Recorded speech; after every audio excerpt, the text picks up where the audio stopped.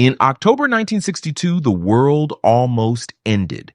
Not because of a massive battle, not because of a speech, not because someone pressed the button.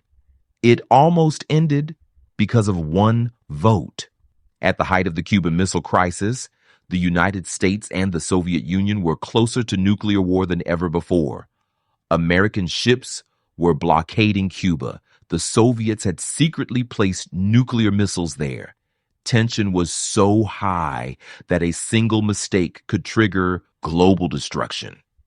And then, deep underwater in the Atlantic Ocean, that mistake almost happened. A Soviet submarine called B-59 was lurking beneath the surface near the American blockade.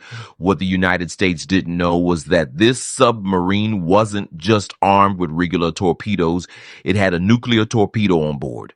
One nuclear torpedo was enough to change history forever. The submarine had been underwater for days. It was cut off from communication with Moscow. The air inside was getting hotter. Carbon dioxide levels were rising. The crew was exhausted, and then American destroyers began dropping what are called practice depth charges. They weren't meant to destroy the submarine. They were meant to signal it to surface. But the Soviet crew didn't know that. Inside the submarine, explosions echoed through the metal hull. The crew believed war might have already started. They thought the United States was attacking for real. The captain of the submarine, Valentin Savitsky, was convinced of one thing. If war had begun, they were already dead, and he made a decision. He wanted to launch the nuclear torpedo. Now, here's where it gets terrifying. To fire the nuclear weapon, 3 senior officers on board had to agree: the captain, the political officer, and the second in command. 2 of them said yes. They were ready. They believed the war had started. They believed retaliation was justified. They believed they had nothing to lose. One more yes would have launched a nuclear weapon at the American fleet, and the United States would have responded with overwhelming force. That likely would have triggered full-scale nuclear war between the 2 superpowers. But the 3rd officer refused. His name was Vasily Arkhipov. Arkhipov argued that they had no proof war had begun. He insisted they surface first. He believed launching the torpedo would guarantee global catastrophe.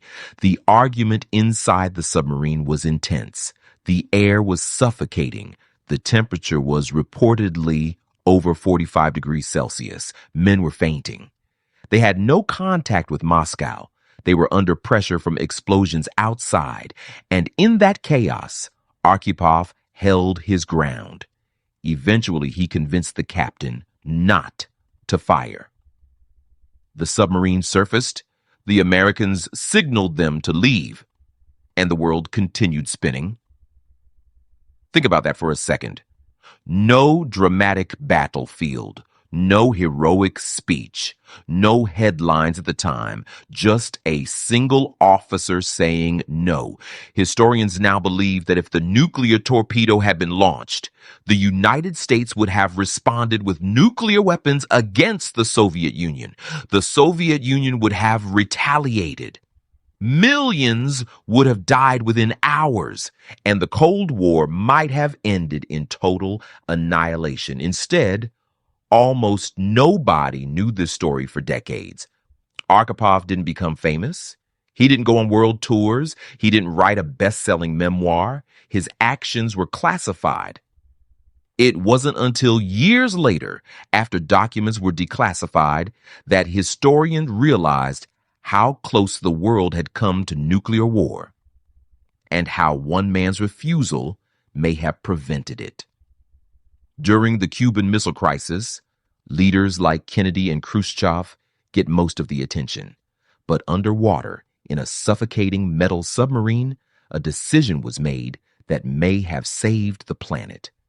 And almost nobody talks about it.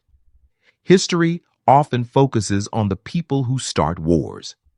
But sometimes the most important figure is the one who refuses to. In 1962, the world survived not because of power, but because one man chose restraint over destruction. And the scariest part? Most people alive today have never heard his name.